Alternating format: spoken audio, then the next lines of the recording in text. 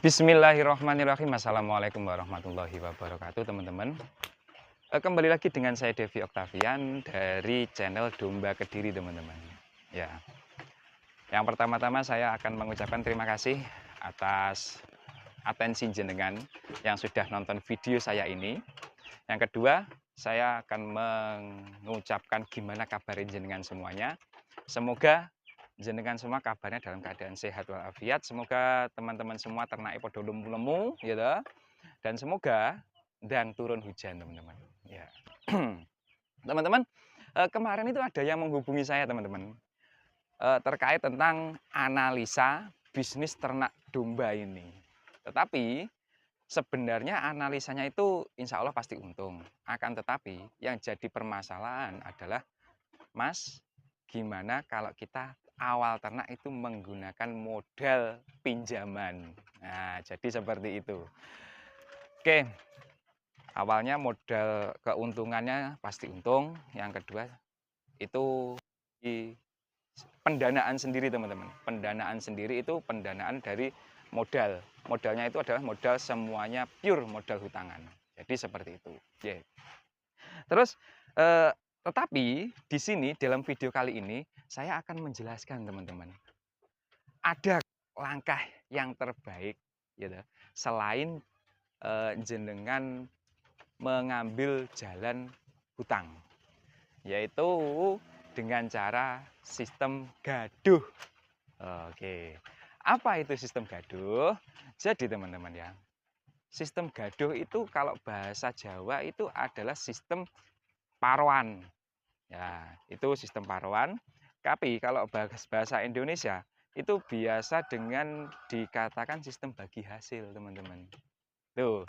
Nah, berhubung sebentar lagi kan akan mendekati hari besar, yaitu hari tahun baru 2024.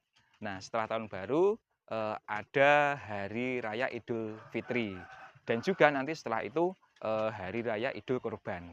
Itu bagi umat muslim. Nah, mungkin ada beberapa hari-hari lainnya yang sekiranya itu bisa mendatangkan warga yang aslinya itu domisili di kampung dan dia itu sudah apa namanya ya, sudah nyari uang ataupun merantau di kota. Nah, pada saat hari raya besar ini mereka akan pulang. Nah, di momen-momen yang seperti ini, teman-teman, di momen-momen pulangnya warga-warga yang merantau itu adalah biasanya loh ya, biasanya ketika pulang dia itu pasti gini, kira-kira kok penak yo, pas wayahe mantuk, pas wayahe pulang kampung itu kita punya open-open, kita punya ternak yang bisa kita pantau. Nah, jadi seperti itu. Nah, di momen seperti itu juga biasanya nanti pasti ketemu sama keluarga-keluarga yang ada di rumah. Pasti ketemu sama rekan-rekan yang ada di rumah. Nah, siapa tahu nih, teman-teman yang merantau itu ketemu sama teman-teman yang ada di rumah, wes enake sistem investasi ini bagi hasil saja, teman-teman.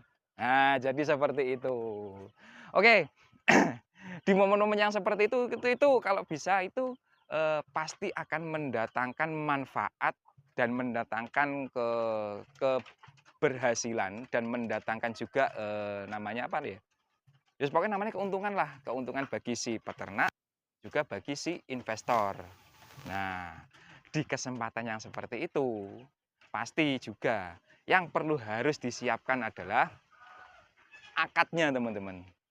Yang pertama terkait dengan akad. Jadi akad ketika jenengan nanti melakukan sebuah usaha dengan sistem bagi hasil, kalau bisa, biasanya loh ya, biasanya di sini itu 70% itu adalah si yang apa namanya, yang ngopeni ataupun yang ternak, dan 30% adalah si yang investor. Bisa jadi nanti 60% itu adalah si peternak dan selebihnya adalah sisanya adalah si investor, dan juga bisa jadi 50-50, 50 banding 50. Itu ya tergantung akate jenengan semua, teman-teman. Sing penting podo penake, sing penting podo jalane, sing penting didetailkan dari awal. Jangan kalau bisa ya, jangan nanti kalau misalkan sudah peternakannya sudah besar, baru engkel-engkelan ataupun oyok-oyokan. Engkel-engkelan atau oyok-oyokan itu apa ya? Ya sekere-keran lah, riwet, riweh, ruwet terkait dengan perhitungannya bagi hasilnya. Jadi seperti itu. Nah, itu yang pertama adalah terkait tentang akadnya harus jelas. Yang pertama. Terus yang kedua, ini bagi teman-teman yang tidak punya modal tetapi pengen open, jangan semena-mena. Dalam artian jangan semena-mena itu ojo biasanya loh ya. Biasanya itu wah rugi mas kalau ngopeni terima no 2 atau 3. Kalau bisa 10, 20 sampai 30 aja sekalian. Nanti biar percepatan hasilnya itu biar maksimal. Jadi seperti itu. Jangan teman-teman, jangan seperti itu. Bagi teman-teman yang dipasrai tanggung jawab, jangan seperti itu ya. Soalnya nanti kalau jenengan memaksakan diri dengan ngopeni sing akeh, itu nanti pasti yang akan kerepotan juga jenengan juga. Itu yang kedua. Terus yang ketiga, nah ini yang perlu dipersiapkan ya. Yang perlu dipersiapkan adalah ketika si investor ini memilih peternak sebagai yang dipasrai tanggung jawab, yang perlu ditanyakan adalah kira-kira jenengan siap untuk ngopeni itu persiapan jenengan apa? Semisal bang pakannya sudah siap apa belum? Kira-kira kandangnya juga sudah siap apa belum? Dan kira-kira nanti ternaknya ini larinya ke breeding, ke fattening, ke kontes ataupun ke susu. Jadi harus benar-benar dipersiapkan teman-teman ya. Tuh. Terus lagi tips dan triknya, jikalau ya ini ya. Yang pertama adalah akadnya sudah jelas.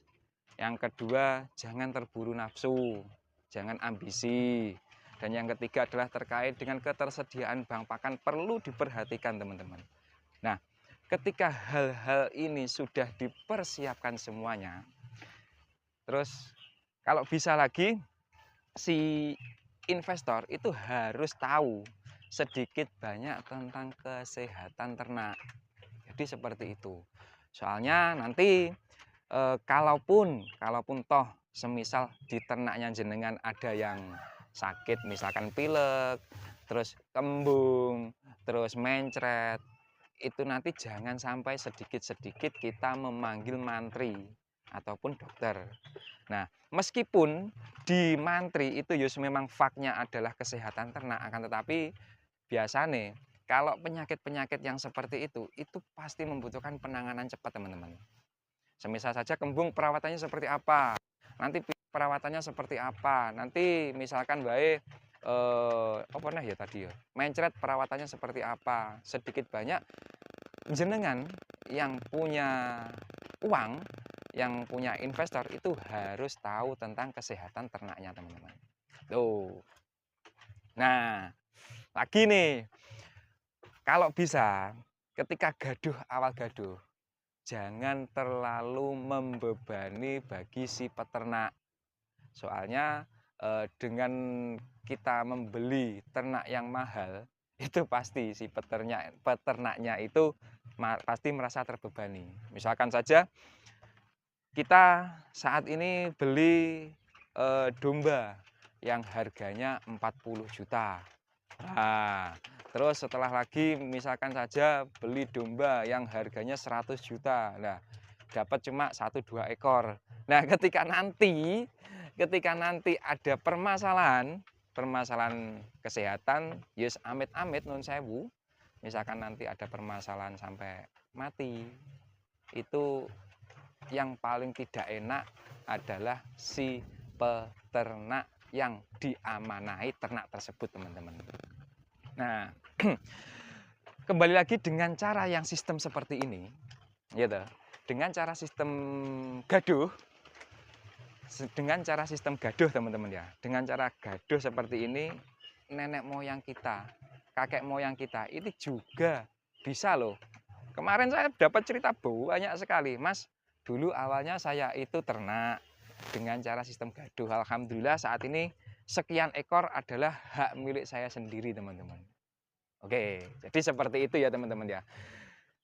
Ya wes, semoga saja inspirasi kakek moyang dan nenek moyang kita ternak tentang gaduh ini bisa bisa menjadikan salah satu langkah yang terbaik ben gak utang. Ya dah. Oke, cukup sekian dari saya, Devi Octavian, pamit undur diri. Kurang lebihnya saya mohon maaf. Wassalamualaikum warahmatullahi wabarakatuh.